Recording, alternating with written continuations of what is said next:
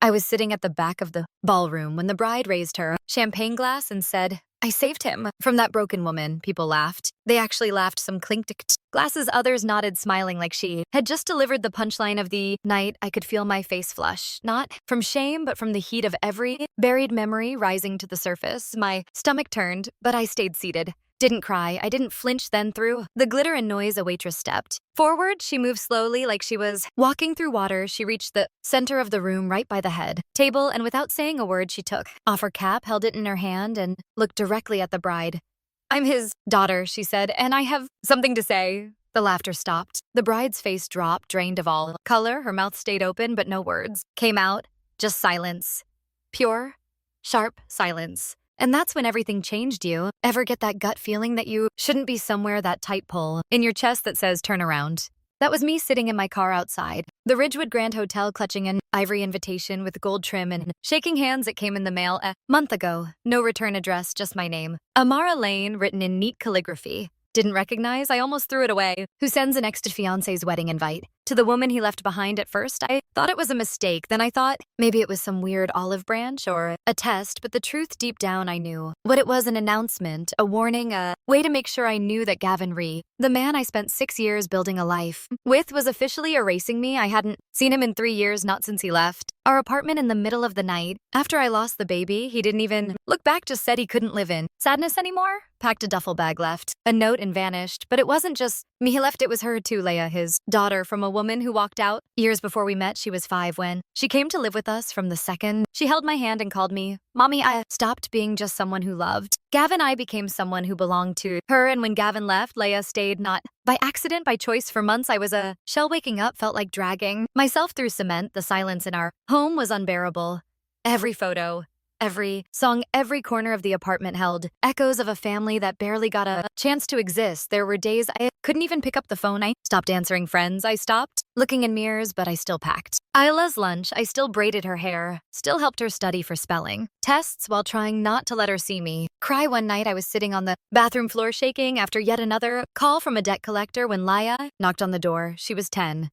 Barely up to my ribs, she pushed the door open, sat down next to me, and handed me a peanut butter sandwich you forgot to eat, she said. I think that was the moment I realized I wasn't alone, and if she wasn't giving up on me, I couldn't give up on myself. It took 2 years of therapy, odd jobs, and nights reading self-help books just to feel human again. But slowly I found pieces of myself I'd forgotten I had. I started designing again, websites, logos, anything I could get freelance. I moved us into a smaller place closer to Leia's school. I even laughed again, real belly laughs, the kind you feel in your ribs. They were rare. They came when the invitation arrived. Left it on the kitchen table for days. Leia was the one who finally picked it up and read it out loud. Her voice didn't shake. "You should go," she said. "Not for him. For you." For what I asked, exhausted. "So I can watch him start a new life with someone prettier? Richer?" "No," she said. "So he sees what he lost." I looked at her, now wise beyond anything I'd ever been at her age, and suddenly I realized she wasn't just talking about Gavin. She was talking about me. I was still treating myself like the broken version he left. But she saw someone stronger, so I said, "Yes, Uncle Joe, who helped raise me after my mom passed, agreed to drive us. He never liked Gavin." Said his smile came too easily and his eyes stayed too still. I asked him to sit in the back row with me. I didn't want to be seen just there, just visible. I didn't know what I was walking into. I expected awkwardness, maybe a few whispers. What I didn't expect was a setup, a staged humiliation, dressed in white lace and gold chandeliers. But I'll get to that, because before the microphone was picked up, before the glasses were raised and the lies poured out like champagne, I stood in that ballroom, looked at the man I used to love, and realized something I hadn't said out loud until that day. He didn't break me. He abandoned the pieces, and I put myself back together without him. The wedding was everything you'd expect from someone desperate to prove their life was perfect. Crystal chandeliers hung like glass teardrops from the vaulted ceiling. The aisle was lined with imported white orchids. Every napkin was monogrammed, even the string quartet seemed to play with a kind of smug precision. I stood in the doorway, longer than I should have, trying to keep my breathing. Even Leia had already disappeared into the kitchen to report for her shift. She'd taken a job with the catering service, swearing it had nothing to do with wanting to keep an eye on me. But I knew better. She wasn't just there to serve canopies, she was there to protect me in the quiet, fierce way she always had. I spotted Uncle Joe near the back already seated. He gave me a short nod that said, "You're doing fine even if it feels like hell." I slipped into the seat beside him, folded my hands in my lap, and tried not to look toward the altar, but I saw him, Gavin. He looked almost exactly the same, broad shoulders. That stupid practiced half smile he was, shaking hands with someone holding a whiskey in the other. If you didn't know him, you'd think he was warm magnetic, but I knew the quiet distance behind that smile, the way he used charm like armor. Knew what he looked like the night he left, shallow eyes and silence, not a single glance backward. Then I saw her, Serena Vale, all white silk and gleaming. Blonde hair, laughter that was just a little too loud, a little too pointed. She leaned into Gavin like she was posing for a magazine cover. Every movement seemed choreographed to say, "Look at what I have, look at what she never could." They exchanged vows in front of a giant floral arch. Gavin's voice didn't waver.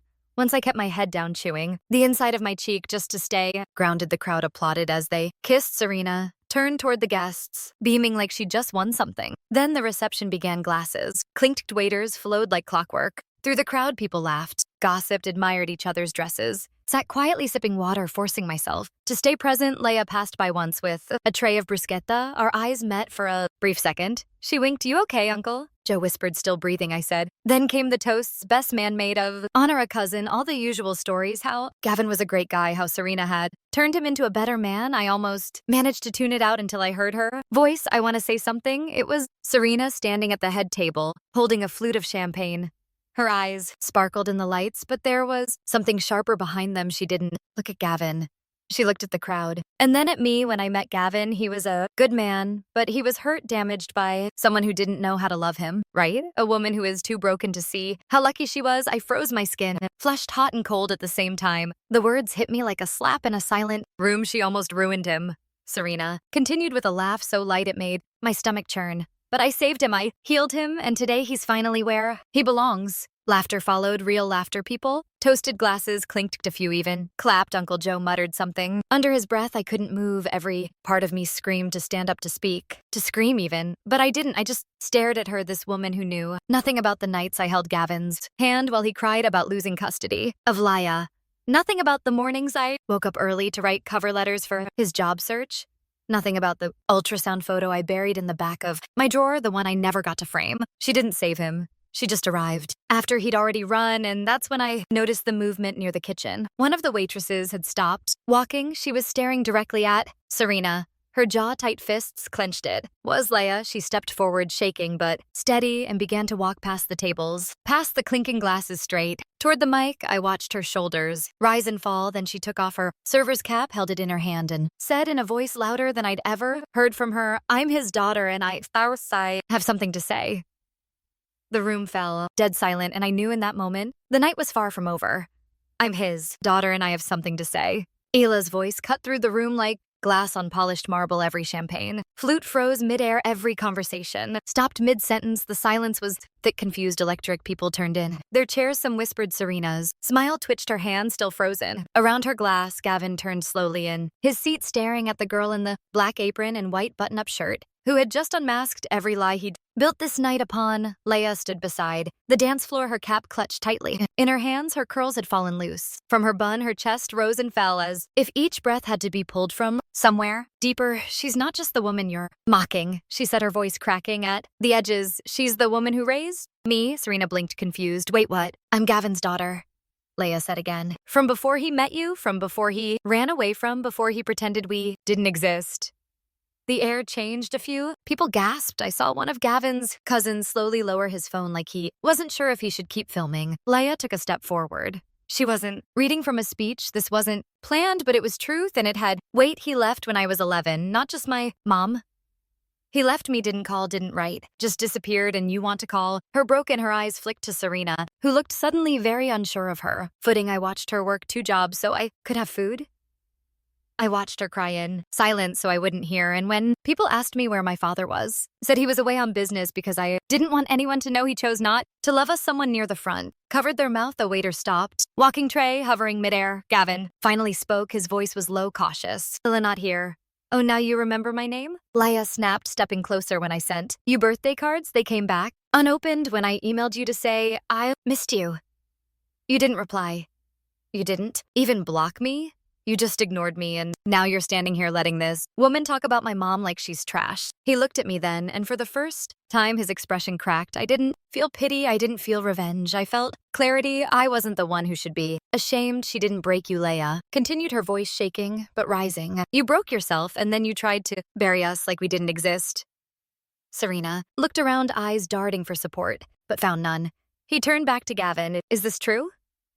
He didn't answer. He just stared at his daughter like a stranger. Had walked in wearing his last chance. Leia walked toward me. Every step she took felt like a thunderclap in my chest. She reached for my hand. I stood, my fingers wrapped around hers, and in that small gesture, something inside me that had been dormant began to stir. Not rage, not bitterness. Power. She didn't come here to fight, Leia said, turning back toward the crowd. She came here because I told her to, because I wanted her to see that she doesn't need to hide anymore. Then she looked straight at Serena, calm, steady. She doesn't need to be invited into a room to belong in it, and no one gets to rewrite our story to make themselves look better. The room held its breath. Serena's hand trembled around her. Champagne flutes. This is crazy, she mumbled. She's trying to ruin my wedding. Leia raised her chin. You ruined it the second you built it on lies. Then she turned and walked away, pulling me with her. The crowd slowly parted. Whispers rose like smoke.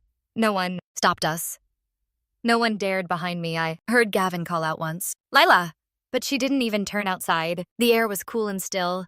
Leia exhaled, hard, like she'd been holding in the truth. Her whole life she looked up at me, teary-eyed but smiling. I wasn't going to let her humiliate you, she said. Not after everything. You didn't have to do that, I whispered. Yes, she said, I did. You saved me.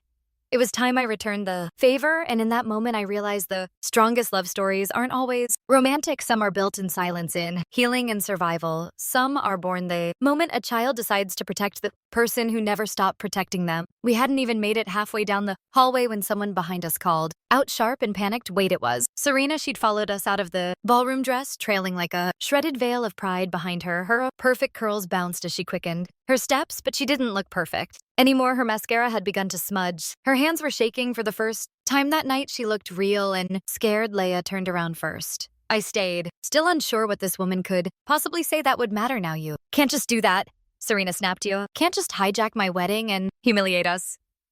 Us, Leia said, eyebrows raised. I didn't say anything that wasn't true. You could have handled it privately. No, I said, stepping forward. You could have handled it privately, but instead, you stood in a room full of strangers and tried to turn me into a villain. Serena blinked.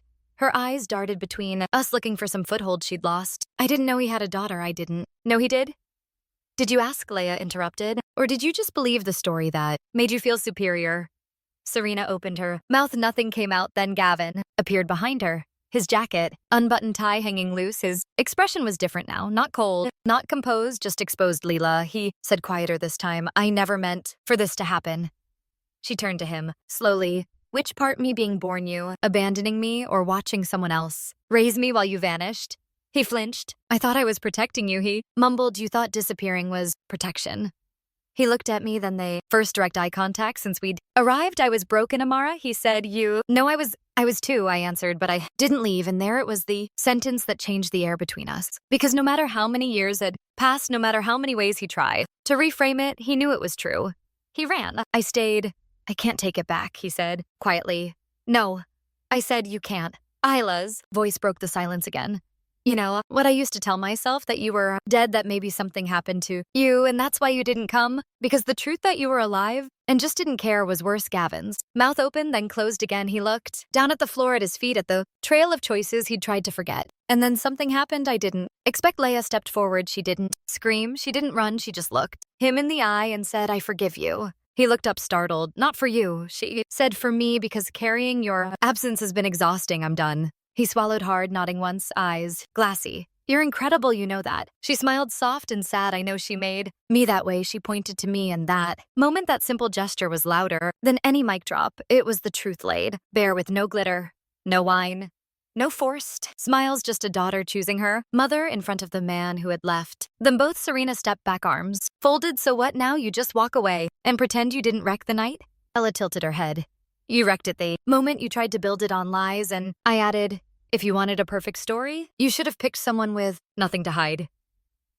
We walked past them, out into the night. The sky was wide, and deep above us, clouds stretched like pulled cotton. It had started to drizzle, but none of us cared the kind of storm we just weathered couldn't be measured. In weather, Uncle Joe was waiting by the car. He looked at us at Gavin still, frozen in the entryway, and nodded slowly. Guess that's what you'd call a mic drop. Moment Leia laughed and I joined her. It wasn't bitter.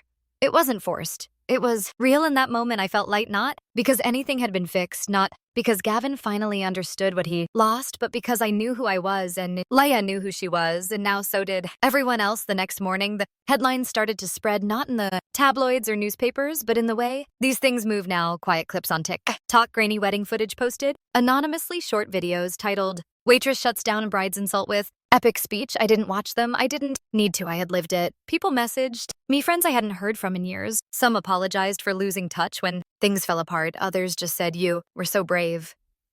But the funny thing is, didn't feel brave. Not really, not in the spotlight, not when Serena mocked me, and not even when Leia stood up and told the truth. I felt like someone who had finally stopped trying to disappear. Gavin never followed up, no phone call, no apology. No last-ditch effort to explain himself. I think he knew there was nothing left to explain. His story was written in the silence that followed his absence, and we were done reading it. Serena's name popped up in the gossip circles for a week or two, enough to make it clear she'd become the punchline of her own party. I heard from someone at the venue that she left the reception early and never came back for the honeymoon send-off. Apparently she moved out within the month. Whether they broke up or stayed together, I didn't care, because this story was never really about them. It was about us, me and Leia, and what we became when the people who were supposed to protect us left. After that night, something shifted. In our home, it was quiet but powerful. Leia was different, stronger. She walked taller. She didn't apologize for taking up space. I caught her practicing her speech in the mirror one night, not out of vanity, but preparation. She told me she was thinking about starting up a podcast for girls who think they don't have a voice, she said. And me, I started something too. I'd always been afraid to talk publicly about what happened. There's shame in being left. People look at you like you're contagious, like your pain is a warning. But after the wedding, I realized something. I wasn't weak because I broke. I was strong because I rebuilt. So I started writing again. First, just notes, then essays. I sent one to a parenting blog. It got published. The comments poured in. Mothers, daughters, women's idea. Never met, all saying the same thing. Thank you for saying what I couldn't say out loud. That turned into a blog, then a small community group. A few months later, I registered a nonprofit. The second thread, a space for women healing from abandonment, divorce, emotional abuse. We host circles, provide counseling, help them write their stories literally and figuratively. I didn't expect it to become what it did. I just wanted to offer women a space where silence wasn't the only option, but the most powerful. Part of all of this wasn't the public closure. It was a quiet moment in our kitchen. One night in January, I was washing dishes. Leia sat at the counter, flipping through her notebook, legs swinging off the stool. She looked up at me and said out of nowhere, "You know, I used to wish my real mom had stayed." My hands paused in the sink, but now I get it. She said maybe she left because I was supposed to end up with you. I didn't say anything. I couldn't. I just turned around, dried my hands, and pulled her into a hug. So tight, I think I breathed her in. Sometimes life doesn't give you the story you thought you wanted. Sometimes it tears pages out mid-chapter and leaves you to guess the ending. But sometimes when you fight, when you love hard, when you stay, you get something better. You get to write a new story. And the best part, you don't need anyone's permission to start. If this story moved you, if it reminded you of your own strength or the power of someone who stood by you when others didn't, take a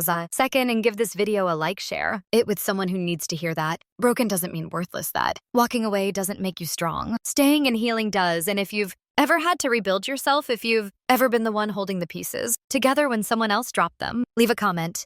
Tell us your story. You never know who's reading and needs your words. And hey, if you want more true stories that hit deep, that remind you you're not alone, make sure to subscribe to the channel. New stories drop every week, and they're all about resilience, truth, and the messy beauty of being human. Thanks for watching, and remember, you don't need to be invited into someone's fairy tale when you're already writing your